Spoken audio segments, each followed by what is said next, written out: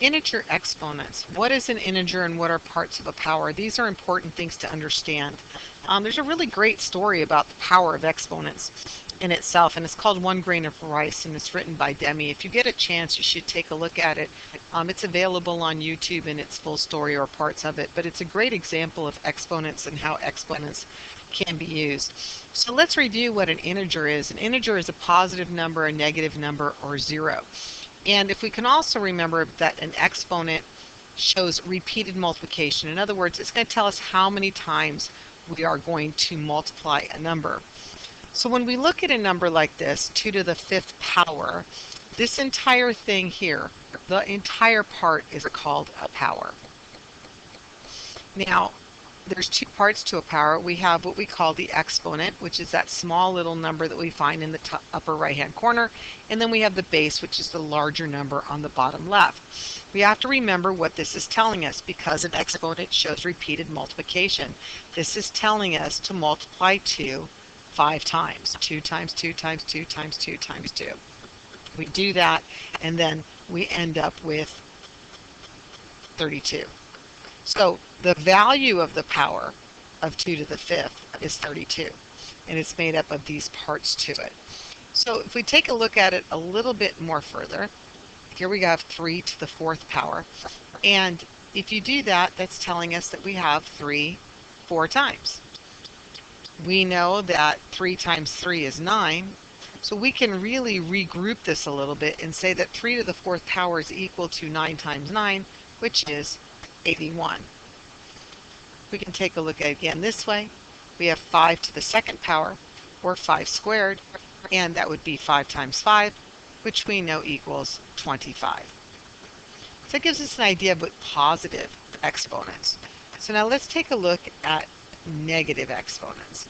Now with negative exponents, we have to realize that the number is getting smaller. Positive exponents is getting larger, negative exponents is getting smaller. But we also have negative exponents that exist in the denominator. So how should we treat these? Well, what we should do is when the exponent is negative, we should know that the power is located in the wrong place. And what do I mean by the wrong place? I'm talking about the numerator or the denominator. So we move it. Once we move it, then we evaluate it. We never evaluate an exponent that is negative. Our exponents always have to be positive before we evaluate. So if we saw something like this, 8 to the negative 2, we know that everything is over 1, every number. And since it's in the numerator, what we would do is we would relocate it to the denominator. Once we put it into the denominator, it would become positive. And that means that this number would be 1 up here because we can't leave it blank. Here we'd go to solve 1 over 8 times 8, which is 64. And I'm sure we all can agree that 1 over 64 is a very small number. Let's take a look here at example 4, which is 1 over 8 to the negative 2. Well, again, the same rule applies. This is in the denominator. It's in the wrong place. So we're going to move it to the numerator.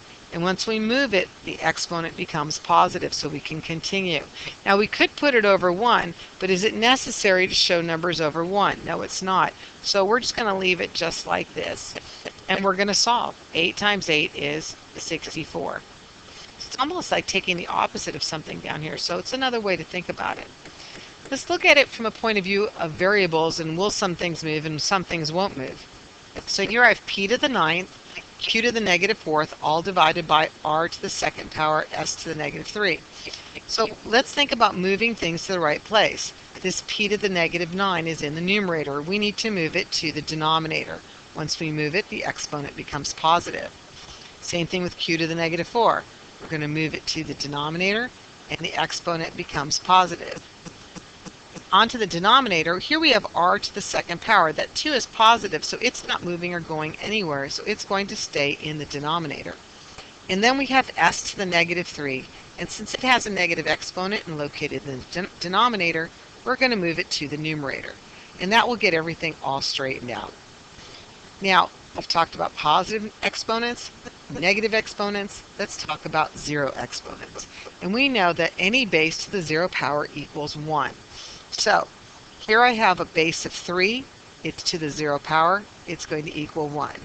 I have the base of a to the 0 power equals 1. Any base, whether it is a number or a variable, it will equal 1. So taking a look here at example 6, 5a to the 0, we need to remember that this is 5 times a to the 0. Now, a to the 0, as we just stated, as you can see up here above, we know that that's equal to 1. And we can see it's 5 times 1. Some people will be misled in thinking that this 0 exponent also goes here with the 5. The 5 has an exponent of 1. It's kind of like we talked about earlier about putting a number over 1. We know it's always there, but we don't show it. Same thing's true with that exponent of 1. We always know it's there, we just don't show it. So 5 times 1 would give us 5. Here we have an example 7, 3 to the 2nd power times x to the 2nd power times y to the 0 power. Again, if I break it apart so that I can see what's happening, I know that anything to the 0 power is 1, so this y to the 0 is going to equal 1. Here I have 3 squared, which is 9, and x squared will remain the same. Nothing happens to that. All of this times 1, so our final answer then will be 9x squared.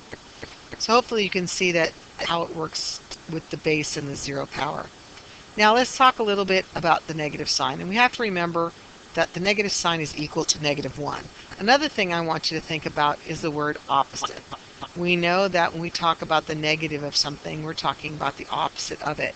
In other words, -2 is the opposite of 2. So when we're looking here at this example, letter A, here we have a -3, and we're asking it to be multiplied 2 times. Now, originally, we'll all think that this is what's going on, and it's true, it is going on, but I'd like to take it a step further. I'd like to say that this is the same as -1 times 3 and -1 times 3. Because is it -1 times 3 equal to -3? So again, when we see that negative, when we look at this, we know that this is going to turn out to be +9. Let's take a look at another one here. I have b is negative outside the quantity of 3, and that's going to be squared. So once again, we need to know what we have in front of us. Here we're saying take the opposite of whatever 3 squared is. Well, we know 3 squared is 3 times 3, but this negative sign is going to give us that -1. So the opposite of 3 times 3, which is 9, would give us -9.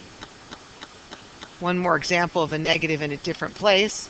Here we have the negative and 3 squared and no parentheses. So again, it's saying take the opposite of whatever 3 squared is. So -1 times 3 times 3. And again, this turns out to be -9. You'll notice that the only time it became positive was up on top, when we were looking at when that negative was inside the parentheses. In the parentheses, then it's going to be affected by the exponent. Otherwise, it's not affected by it at all. Let's take a look at a couple more. Here we have an example 9. A is -5 to the 10th power. Well, this is going to turn out to be positive. And the reason it's going to turn out to be positive, if I were to work it out, is because I have 10 negatives. If I have 10 negatives, we know that they're going to balance out and give us a balance of a positive. Here, I'll have 11 negatives. If I have 11 negatives, which is odd, that means that my final answer is going to be negative. We need to recognize the patterns that we see in exponents so that we can apply them to our answers.